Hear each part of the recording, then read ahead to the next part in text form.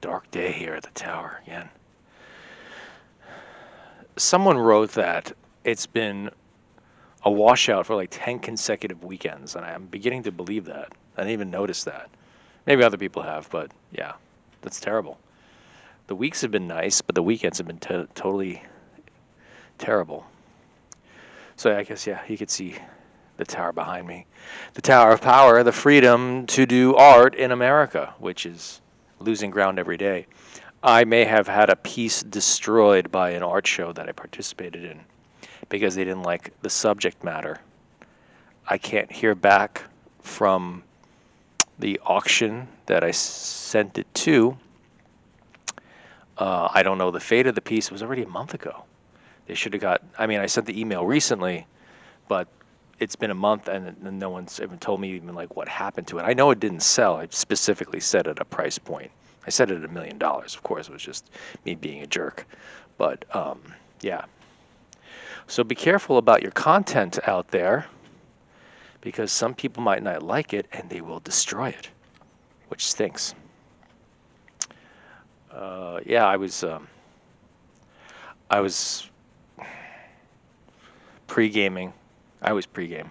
I always want to talk about the things I want to talk about. I always think about it when I'm like taking a shower and stuff. Shower epiphanies, as they used to call them. Wasn't it? Who was Pythagoras, right? Was it Pythagoras? No, it's Pythagorean theorem. That was Euclid. One of those German guys. One of those Greek guys. One of those German Greek guys. Whatever. I don't even know what I'm talking about. He said eureka while he was in the tub because he figured out a way to weigh gold. I think that's how the story goes. He figured out density of matter. Was he that smart? Wow. Taking a bath, figuring that stuff out.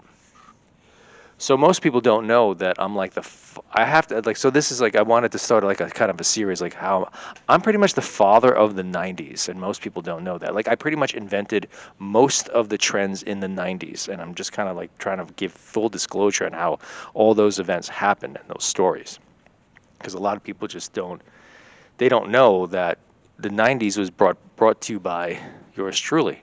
And it's kind of like the same. I'm like the Forrest Gump of the '90s. So like how you know how Forrest Gump in the movie, if you've watched it at all or recently, like he was when he was like jogging, he was like kind of like coming up with stuff like he steps in shit and he says shit happens and then there's a bumper sticker that says that and there was he's covered like in like mud or more he's like, his face is wet and they had like a callback to the Shroud of Turin, and he wipes his face with the shirt guy because the guy can't come up with like a logo or like an idea, and he wipes his face and there's like a smiley face on the shirt. Yeah, I'm not saying that Forrest Gump is an accurate biography, but that's pretty much so like all those accidental things that like happen in the movie, like he kind of like so that's what I did in the '90s. So what I want to talk about? Well, I want to talk about Jay-Z for a second. Jay-Z stole my name. Let's go with that. I'm going to go with that story. So, you know the rapper Jay-Z. Maybe you've heard of him. He married Beyonce, which is a crime. What a beautiful woman. What a beautiful, talented woman marrying such a, goonish goon. Just like, oh my God. It's just like, sometimes you think about women putting a bag over their head. This is like a dude. You need to put like we need to put like cover his head in concrete. Man, she's got to wake up to that face. Oh man, it's like punishment. He sold his soul to the devil. I'll tell you. But I was the original Jay-Z, and people don't know that I'm the OG Jay-Z. And I'll tell you why. This is before Jay-Z even existed. This is when Jay-Z was, JL. He was J. He was JD before he was Jay-Z. So I went to a last chance high school called Middle College because I got into I had to go to three different high schools. I had a lot of trouble in high school. I'm not going to get into details, but I went to one of those last chance high schools, and it was really far away from me at that time.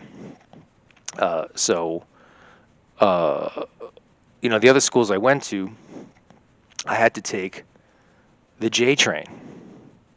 But so did other kids. And actually, it really didn't matter. But what for me, I had to go all the way out to Long Island City. So I had to take the J or the Z. You see where this is going? The E and then the 7. So I was traveling so far that the kids started calling me Jay-Z because I had to take the J and the Z. And then that reduced itself to Jazzy, and then Jazzy Jeff, and then Jazz Hands. So they just did the variation of jazz. So for a while, I was being called Jay-Z, and I was just like, yeah, Jay-Z. It's funny because I take the J and the Z. And then there's this rapper doing his rappy raps, and he says his name is Jay-Z for almost similar reasons. I'm like, but that was my story. That was me taking the train. That's why they call me that. And so, wow, congratulations, Rappy. You take your name from this, chicken shit white boy from Queens. Wow, where are my royalties? So that's like one of the many 90s stories I have where it's like, well, that was mine first. And now I have to be like, great. So it's like, they're like, no, it's not true. It's not, you can't, a lot of people take that train. Yeah, but that was the whole point. I was going someplace pretty far. That's why I got the name. But what are you going to do? Also, I wanted to tell them, also low top sneakers in the 90s. That was also my idea. That was also something that happened. And so like the whole low top thing with Pumas, Adidas, all that stuff, that was also me. Like the one star Converse that Kurt Cobain wore, that was me. I was the guy that came up with all that. And I'll tell you what happened. Everyone was wearing high tops. Everybody, your grandma was wearing the Reebok Pump pretty much back then. No one was wearing low top sneakers or like vintage sneakers back then. This is the early 90s. So I'm wearing like my Nike high tops. I'm wearing my Reebok Pump. I don't know what I'm wearing. Anyway, it was a rainy day. Bad. I got caught out in the rain terribly. So I had mud all over my sneakers. Like terrible mud, terrible dirt. Everything was bad. And I had to clean them really, really well. But I had like school the next day. I didn't have another pair of sneakers. And I was like, damn, like, my sneakers were soaking wet, and I had cleaned the leather, so I had to make sure it didn't like crack and stuff. So I'm like, man, and I just can't go to like Fava and just get I can't go to Buster Brown before school because it's closed, and I don't have money to do that. So I'm like, Dad, like, do you have like some sneakers, like some old sneakers I could just wear really quick because I got to go to class?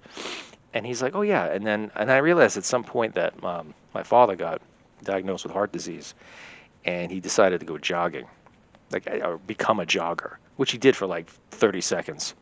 So he bought all this Puma stuff. He had all these Puma tracksuits and Puma stuff, all this vintage Puma from the 70s at the time. And he had a fresh box of Puma sneakers from 1973 that he never touched, never put on. So and these were hard leather, rubber, low top stuff. And I'm like, oh, okay, let me put these on. I mean, they hurt like hell. Anytime I wear a sneaker or a shoe, it hurts because I have like big ankles. So they always like cut me all the time. I had these Reeboks the other day I wore that 10 years old, and they're still cutting my ankle. So yeah, I walked into school with these vintage 70s Pumas that were brand spanking new. They were still in the box. They still had the paper inside, like stuffed in. My dad never even touched these. And and there was this kid Richie. He was like, "Yo, them shits is fresh, yo." And I'm like, "Yeah, these, of course, unintentionally cool. Like, yeah, these are some low top Pumas."